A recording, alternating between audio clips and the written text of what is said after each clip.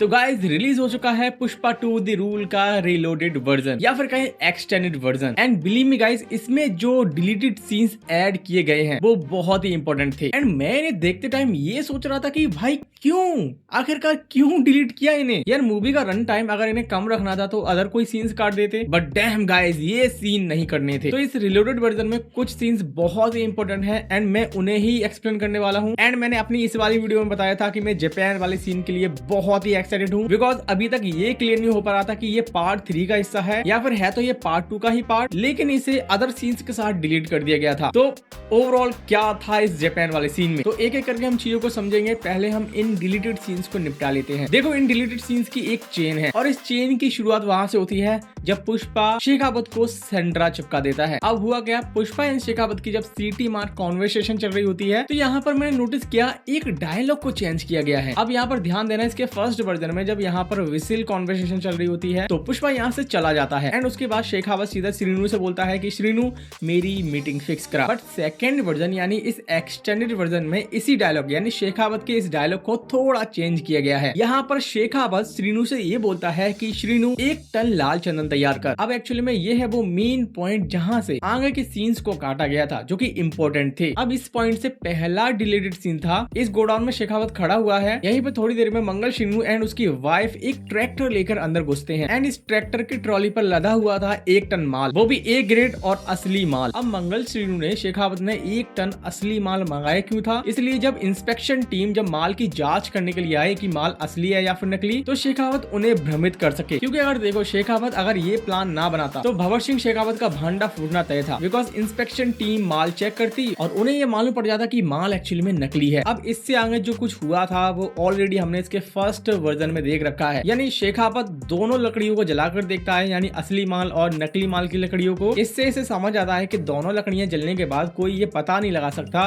कि कौन सा माल असली है और कौन सा नकली। इस सीन से पहले क्या हुआ था बस वो काटा गया था। अब आते हैं हम लोग अगले डिलीटेड सीन पर। अब यहाँ पर हमें देखने को मिलता है कि ये बात मीडिया में फैल चुकी है कि भंवर सिंह शेखावत ने जो माल पकड़ा हुआ है वो असली है। तो इस बात से सिंडिकेट मेंबर्स ने बहुत बड़ा बवाल मचा दिया। पुष्पा को बुलाया गया एक मीटिंग के लिए एंड इस मीटिंग में सिंडिकेट के मेंबर्स पुष्पा से ये सवाल कर रहे थे कि आखिरकार माल का हुआ क्या। तुम बोल रहे हो कि माल सही सलामत है, माल पकड़ा नहीं गया, बट यहाँ पर मीडिया में शेखावत बता रहा है कि माल उसने पकड़ लिया है और इंस्पेक्शन टीम बोल रही है कि माल असली है। पुष्पा सभी को एक्सप्लेन करता है कि मेरी बात मानो भाई, माल सही सलामत है। यहाँ पर एक्चुअली में शेखावत झूठ बोल रहा है। तभी मेंबर्स बोलते हैं हमें सबूत चाहिए, यानी हमारा माल कहाँ है। उन्हें एक्चुअली में लोकेशन जाननी थी कि एक्चुअली में अगर तुम बोल रहे हो कि माल सही सलामत है तो हमें बताओ कि माल कहाँ पर है, हमें सबूत चाहिए। लेकिन यहीं पर पुष्पा था थोड़ा स्मार्ट, उसे पता था कि अगर मैंने लोकेशन बता दी और इनको बता दिया कि माल यहाँ पर बिल्कुल सही सलामत रखा हुआ है तो भाई शेखावत अगले दिन ही जाएगा और माल पकड़ लेगा, क्योंकि इन्हीं में से कोई हरामी होगा जो कि जाकर बोल देगा कि भाई शेखावत माल पकड़ ले जाकर। तो यहाँ पर ओनली जक्का रेड्डी ही वो पर्सन था जिस पर पुष्पा विश्वास करता था एंड लोकेशन जक्का रेड्डी को बताने के लिए मान जाता है। फिर इससे आगे एज इट इज चीजें चलती हैं। इसके फर्स्ट वर्जन में ऑलरेडी हमने सारी चीजें देखी हैं। जक्का रेड्डी रामेश्वरम जाता है, यहाँ पर भंवर सिंह शेखावत की टीम रेड मारती है, चारों ओर माल ढूंढती है लेकिन उसे कुछ नहीं मिलता। बट यहाँ पर भी एक सीन था जो कि बहुत ही इंपॉर्टेंट था और उसे मेकर्स ने डिलीट कर दिया। तो क्या था वो सीन, यहाँ पर हमें देखने को मिलता है जब पुलिस चारों ओर माल को ढूंढ रही थी और उन्हें कुछ नहीं मिलता, तब शेखावत नथुलाल से एक दूरबीन लेता है और वो चारों ओर देखने लगता है कि आखिरकार माजरा क्या है। तभी उसे एक कंटेनर दिखाई देता है एंड इस कंटेनर को देखकर इसे थोड़ा शक होता है। वो टीम को भेजता है कि भाई इस कंटेनर को चेक करके आओ। पुलिस जब कंटेनर को चेक करती है तो इसमें से एक गाड़ी निकलती है। अब इस गाड़ी में था कौन, हमीद एंड जक्का रेड्डी। इन्हें शेखावत पकड़ ना ले तो इससे बचने के लिए ये गाड़ी भगाते हैं। अब यहाँ पर समझना कि क्या होता है, आधी पुलिस इस कार के पीछे यानी हमीद एंड जक्का रेड्डी के पीछे, और यहाँ पर भंवर सिंह शेखावत समुद्र में कूद जाता है जहाँ से उसे मालूम पड़ता है कि माल एक्चुअली में बोट्स के नीचे लटका हुआ है। देन आगे के सीन एज इट इज चलता है। भंवर सिंह शेखावत समुद्र में माल के पीछे पड़ा हुआ है। वहीं दूसरी तरफ जो सीन काटा गया था वो ये था कि पुलिस यहाँ पर इस कार के पीछे पड़ी हुई है। यहाँ पर भंवर सिंह शेखावत जब माल को पकड़ नहीं पाता तो वो वापस आता है हमीद एंड जक्का रेड्डी के पास। वो देखता है यहाँ पर कार पलटी हुई है, जक्का रेड्डी फिनिश हो चुका है एंड यहाँ पर बचा हुआ है ओनली हमीद, जो की बहुत ही इंजर्ड है। शेखावत हमीद से इन्फॉर्मेशन निकलवाने की कोशिश करता है कि बता बेन स्टोक माल कितने जा रहा है। अब यही वो सीन था जहां से हमें जापान वाले सीन की पूरी क्लैरिटी मिली। जो भी कंफ्यूजन था वो यहाँ से दूर हो गया। हमीद यहाँ पर बताता है कि एक्चुअली में ये माल जापान जा रहा है, वो एक ब्रोकर है बस। जापान एंड लाल चंदन का कनेक्शन क्या था वो ऑलरेडी हमें पार्ट 1 में बता दिया गया था, तो उसे मुझे एक्सप्लेन करने की जरूरत नहीं है। तो अब आगे हम देखते हैं, हमीद हमें ये बता देता है कि माल एक्चुअली में जापान जा रहा है। तो इसी के बाद शेखावत पूछता है कि अब बता कि पुष्पा के पास पैसे कहां से आएंगे। हमीद यहाँ पर बोलता है कुरोसाकी। वो एक्चुअली में यहाँ पर जापानी हवाला के बारे में बता रहा था। अब जापानीज हवाला वही सेम चीज है जो कि इंडिया में ये लोग करते थे। बायर यानी जो माल खरीद रहा है वो नोट के 2 टुकड़े करेगा, एक टुकड़ा जाएगा सेलर के पास और एक टुकड़ा रहेगा उसके पास। देन माल जब फाइनली बायर के पास पहुंच जाता है तो वो नोट का दूसरा हिस्सा अदर ब्रोकर्स के थ्रू हवाला ऑपरेटर के पास पहुंचा देता है। जहां से होता ये है कि जो सेलर है यानी अपना पुष्पा वो उस हवाला ऑपरेटर के पास जाकर पैसे उठा लेता। अब इस सीन में शेखावत एंड हमीद के बीच में थोड़ा बहुत और सीन चलता है जिसमें हमीद मारा जाता है लेकिन ब्रोकर का नाम पता नहीं लग पाता। सो हमीद के साथ अब यहाँ पर जापान एंड पुष्पा का कनेक्शन भी कर चुका है। एंड इस कनेक्शन के साथ हुआ क्या, माल का जो पैसा पुष्पा तक आता वो आया नहीं और इसी पैसे को लेने पुष्पा जापान जाता है।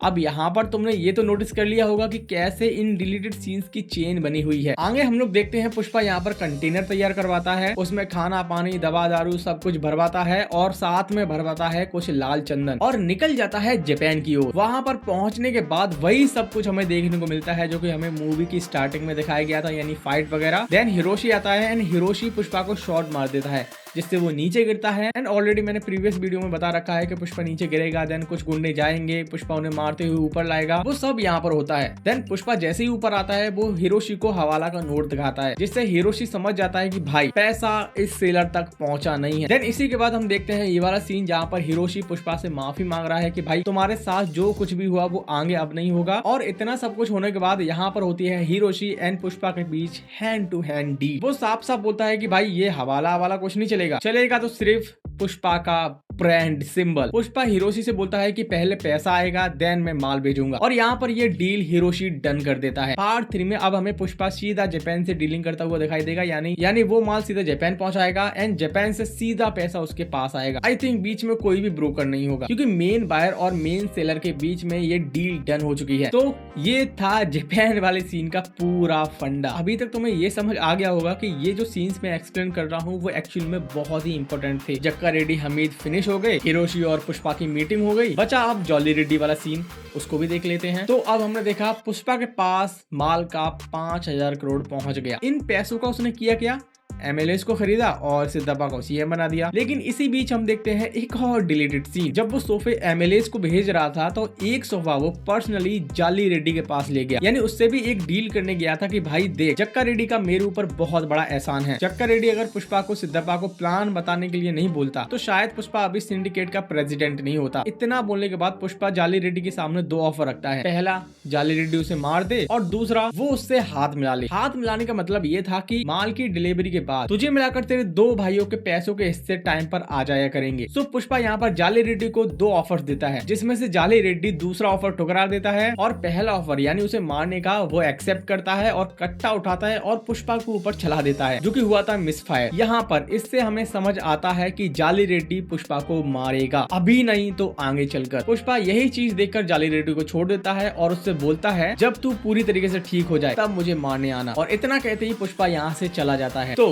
ये था डिलीटेड सीन जाली रेड्डी और पुष्पा की कॉन्वर्सेशन का। वेल इंपोर्टेंट था, और यही नहीं बल्कि पीछे के सीन्स भी इंपोर्टेंट थे, और इन्हीं इंपोर्टेंट सीन में से सबसे इंपोर्टेंट था जापान वाला सीन। अब आई डोंट नो व्हाई मुझे ऐसा लग रहा है कि मेकर्स की ये स्ट्रेटेजी थी। वेयर इज पुष्पा के ग्लिम्स को तो छोड़ ही दो, वो एक अलग मैटर था, लेकिन ये जो सीन्स हमने देखे थे ट्रेलर में उनका मूवी में ना होना, आई थिंक मेकर्स का ये प्री प्लान डिसीजन था। इन्हें पता था कि ऑडियंस इन सीन्स के बारे में बात करेगी जब वो देखेंगे कि एक्चुअली में ट्रेलर में ये सीन्स थे लेकिन मूवी में नहीं थे। यूट्यूबर्स भर भर के वीडियोस बनाएंगे, लोग सोचेंगे कि भाई जापान में ऐसा क्या हुआ था, पुष्पा क्या करने गया था जापान, एटसेट्रा एटसेट्रा। लोग ऐसी बातें करेंगे, थ्योरीज बनाएंगे। बाकी जो वेयर इज पुष्पा का ग्लिम्स आया था उसका अब कोई मतलब नहीं है। इन सीन्स को देखने के बाद समझ आ रहा है कि एक्चुअली में मूवी में बहुत सारे चेंजेस किए गए हैं। थर्ड पार्ट को सेटअप करने के लिए और मूवी को और ग्रैंड बनाने के लिए स्क्रिप्ट में चेंजेस किए गए थे। जो शूटिंग ऑलरेडी हो चुकी थी शायद उसका ही ग्लिम्स था ये वेयर इज पुष्पा वाला। देन सुकुमार ने देखा होगा कि भाई मजे नहीं आ रहे तो इसको थोड़ा और ग्रैंड करते हैं, और जो कहानी पार्ट 2 में एंड हो रही है उसको पार्ट 3 तक ले जाते हैं। देन जो गैप था 5 महीने 6 महीने का, उन्हीं के बीच में इन्होंने सीन्स को लिखा, देन मूवी को रीशूट किया होगा। क्योंकि तुम नोटिस करो वेयर इज पुष्पा में जो न्यूज चैनल पर न्यूज चल रही थी उसके थोड़े बहुत ग्लिम्सेस मूवी में हैं, बस उन्हें चेंज कर दिया गया है। बाकी एंडिंग